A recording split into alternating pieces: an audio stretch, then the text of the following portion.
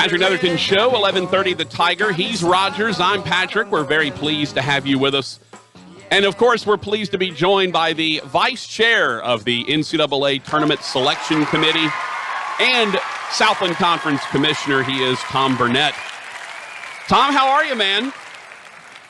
Well, Patrick, it's great to hear you, and I am so happy that we are into March Madness. Yeah, it's great. It's just a great thing to be a part of. Yeah, especially after everything that went down last year. I do want to walk it back to last year, though. Sure. Because that, I know you and I talked after that, and the agonizing decision that had to be made to cancel, obviously, all of these conference tournaments. You had to help make the decision to cancel the Southland tournament that was going on, and then to cancel March Madness, the big dance, the NCAA tournament.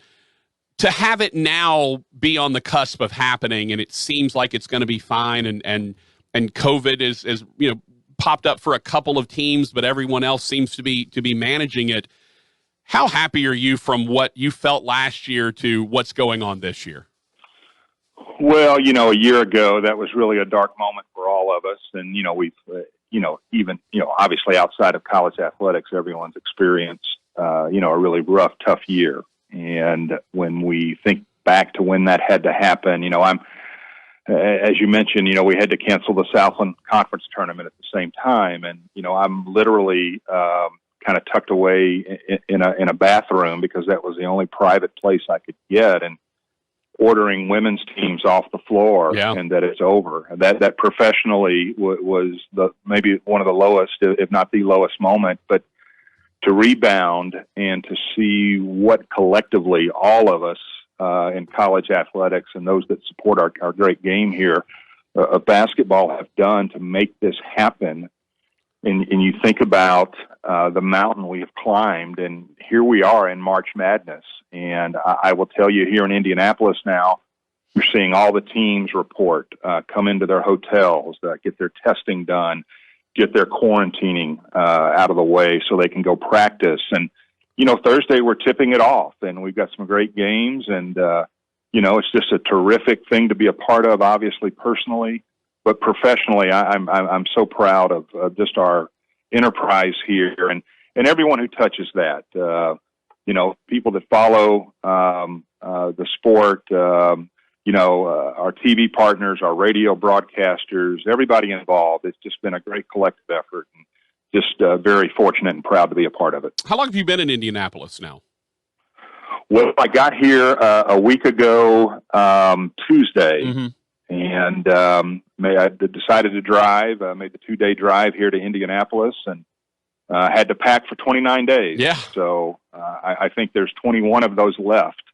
And so loaded up the vehicle like the clamp that's moving to Beverly Hills. Yes. So I've got everything I own with me, and, we've got championship games 3 weeks from tonight. Do they have good laundry facilities on site? Because you can't take 29 pairs of underwear, Tom. You just can't do it. It's not possible. No, I can't do it. And I don't even have. I mean, nobody even has 29 pairs of underwear anyway. I mean, do y'all have good laundry facilities? They thought through just about everything. If you have a question, they thought about it, and that includes laundry service and just about anything and everything else you might need. They can arrange it for you. I know you've been making the rounds media wise. I saw you with our buddies at CBS Sports Network. Yep. Last night. I got to watch some of that. How delicate do you have to be, I guess, because and I don't know that people know this, but people are going to ask the chair, and next year you're the chair, so you're going to get to have all of the questions thrown your way. But yeah. I don't know that people really understand that there's not a lot you can really say about what goes on in terms of the Deliberation Room. Even though it is a fairly open concept, it is still a secret ballot. So do people maybe not understand that, yeah, you're going to be somewhat limited in what you can say and what discussions were had, because in the end, you don't really know how everybody voted? That's exactly right. I think you can talk in a good general sense about how the room, was thinking about this one or that one, but you're absolutely right about the votes. Those are all secret ballot. I don't know how the other 9 are voting on an Arkansas or a UCLA or an LSU, but certainly I can get a sense of where programs are in the conversations. And as everyone knows, when we release the first 4 out, they're part of the very last discussions, very late on a Saturday night and even into Sunday morning.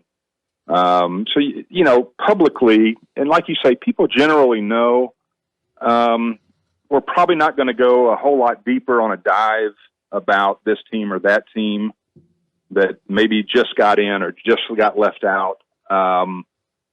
We've got a tournament to play this week, and we've got to get focused on that. So there comes a point where the deliberation of the seeding, the selection, the bracketing, that kind of is in our rearview mirror, and now we're looking to put on the tournament as we've positioned it and selected the teams. Talking to Tom Burnett, the vice chair of the NCAA Tournament Selection Committee.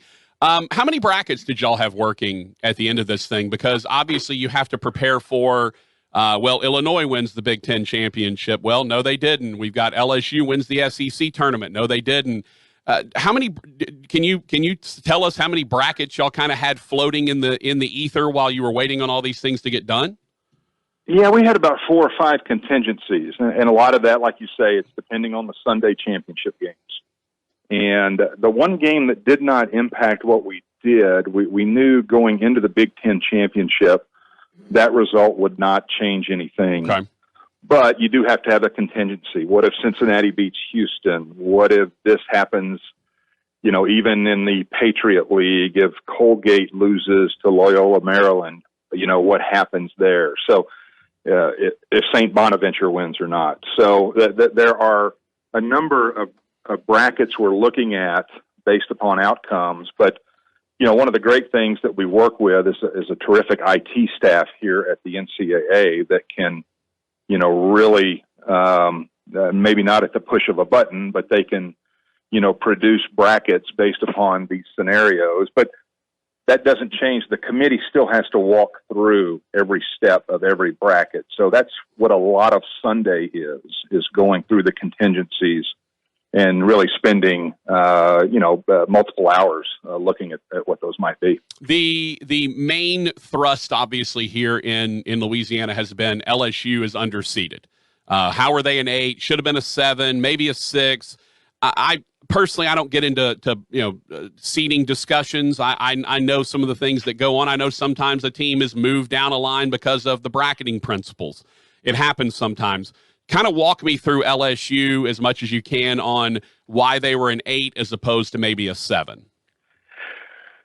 Yeah, again, it comes down to the secret ballot and kind of what others think. But I think certainly LSU was a program that was always on our radar. I don't think there was ever any doubt that they would be a part of what we're doing and played very well at times. But like a lot of other teams, they kind of go up, they kind of come down, they balance out. But no question, a very good team, very deserving of playing in this national tournament and certainly capable of advancing, as we all know that all of us that have watched LSU play, had a great run at the end of the tournament. And what I'll say about that, and this isn't specific to LSU, but we see a lot of teams, like a Texas or a Georgia Tech or, a Georgetown and Oregon State, even upsets in those tournaments, that the last impression we have of a team is how they do on that final weekend.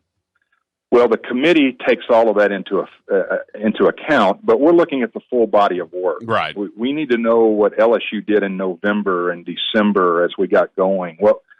Where did they trip up in conference play? How did they bounce back? So it is really everything they did, not just maybe the last week or the final weekend of a conference tournament, which, hey, hats off. They played great, and it took everything Alabama had to beat them. Well, we always talk about recency bias, Tom, in oh my gosh, this player is the greatest player of all time. Okay, well, let's not forget other people played 60s, 70s, et cetera. Y'all are kind of the great example of having to do away with recency bias. Hey, it's great that LSU made their way through the SEC tournament. Let's not forget they had these and these losses, this win, whatever.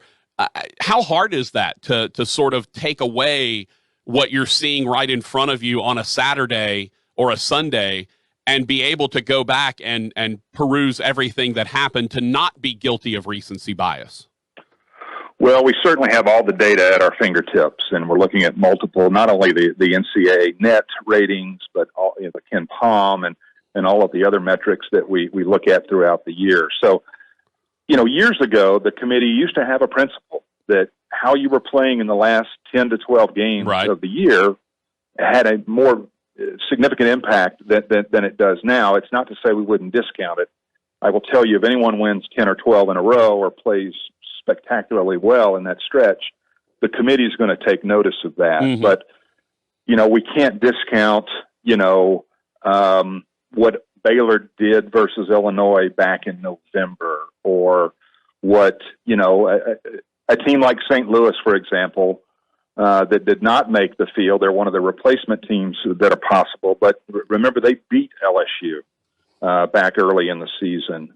They beat North Carolina State. But body of work for a program like St. Louis, even though they had those wins, still did not get them completely into the tournament. And, of course, they had a lot of COVID pauses and really struggled. I think they had about a 30-day pause during the season. So we're looking at everything. But like you say, the recency bias is certainly something we see in the media. You see it on social media. Mm-hmm. And, we'll let the analyst tell us where we missed here before we start playing later this week. The mythical, I don't say mythical, the sort of mystic eye test, right, that everyone loves to talk about eye test. This year, more than any, you may have to rely on it because the data is going to be so different. I look at Colgate, right? Where were they, 14-1? They played 15 games, and you've got teams that have played 27, 28 games. How did the committee go about discussing some of these teams that had such a disparate number of games played and such different schedules? Yeah, great question, Patrick, and it came up throughout the year, and we could see this in advance. There were going to be teams that weren't going to get to 20, 25, the maximum of 27 games, although some did. And when you look at the top 100 of the net, I believe the average number of games played was 23. Further, I think when, there were 80% of all games played in Division I this year. I think 85% of conference games, 98% of conference tournament games. So the committee felt, and we knew this about a month ago, we were going to have a lot to work with as far as data, results, maybe not the full 28, 29, 30, that we, would normally like to have, but we'd have a lot there. But when you bring up a Colgate, not only did they play just the 15 games, I mean, they only played about 4, maybe 5 opponents total. Yeah. And that's just not a lot of data to work with. Thus, we had to make some decisions on where they were seated. Obviously, they swept through their tournament, but, they have a top 10 net, but that net is skewed because of the few games, the few opponents they played. But there were a lot of cases like that. Ultimately, who do you play? Where did you play them? And did you win or not? And that didn't matter if it were 14 games or if it were 25 games. The committee had to really analyze what they did with whatever opportunities they had. And that was just going to be different for so many teams. And there was really nothing we could do to change that. We just had to assess it the best we could. Do you kind of secretly at late at night when you're lying in bed go, man, thank goodness I'm the vice chair this year, not the chairman this year, having to deal with everything that y'all have to deal with? I couldn't be more excited to have a regular tournament wrapping up in one of my favorite cities where I got my professional start in New Orleans next year. That will be quite a kick. But I tell you, but between what happened to us last year, the way it's all coming together, and it's going to be a great tournament. Yeah. I tell you, they have done everything here in Indy to make this work, and it's just almost miraculous. But I am so ready to have a normal NCAA championship and a Final Four in New Orleans that we will all enjoy like we always have. Yeah, and finally, obviously, I can't let you get away without asking you about your own conference, even though you're in Indianapolis for the tournament. Obviously, we know 4 teams leaving from Texas, Central Arkansas from Arkansas. What update do you have on maybe ongoing membership, new members, that kind of thing, and sort of the future of the Southland? Yeah, ongoing, I think our group of 8 schools is really unified, really focused on, building back, as we've had to do before. We've gone through membership change before. It's nothing new to us. It's just been a while. And people seem to forget that we had to do this, about a decade ago. Maybe not as many teams, but ultimately we've got a committee together. We've got an executive search group that is helping us on a consulting basis, and I think we're progressing. No news to report yet necessarily, but I think by the time we get to the end of May, early into June, I think we'll have a better idea of what the conference looks like in the 22-23 academic year, and feel really good about the potential there. And despite all the changes we've had before, we've always been able to build it back and be better, and very confident we can do that again. The only major change is going to be when all the Louisiana schools move to put y'all in Alexandria with the conference offices. So enjoy the new conference offices in the administrative annex of the Rapides Parish Coliseum, Tom, is all I'm saying. Enjoy that. Yes, one of my favorite places, the Rapides Parish Coliseum. That's right. Absolutely. That's right. Hey, look, you're so great to give us your time today, Tom. I'm not gonna quarrel with the bracket. I'm just happy we have one. Look forward to y'all putting on a great tournament up there, and all of the things that you have gone through to get this to where it is, and to have us actually have a tournament. I'm excited for you, and thank you so much for your time, brother. Absolutely, Patrick. Anytime. Look forward to seeing you soon. All right. Tom Burnett, the vice chair of the NCAA Tournament Selection Committee and the commissioner of the Southland Conference.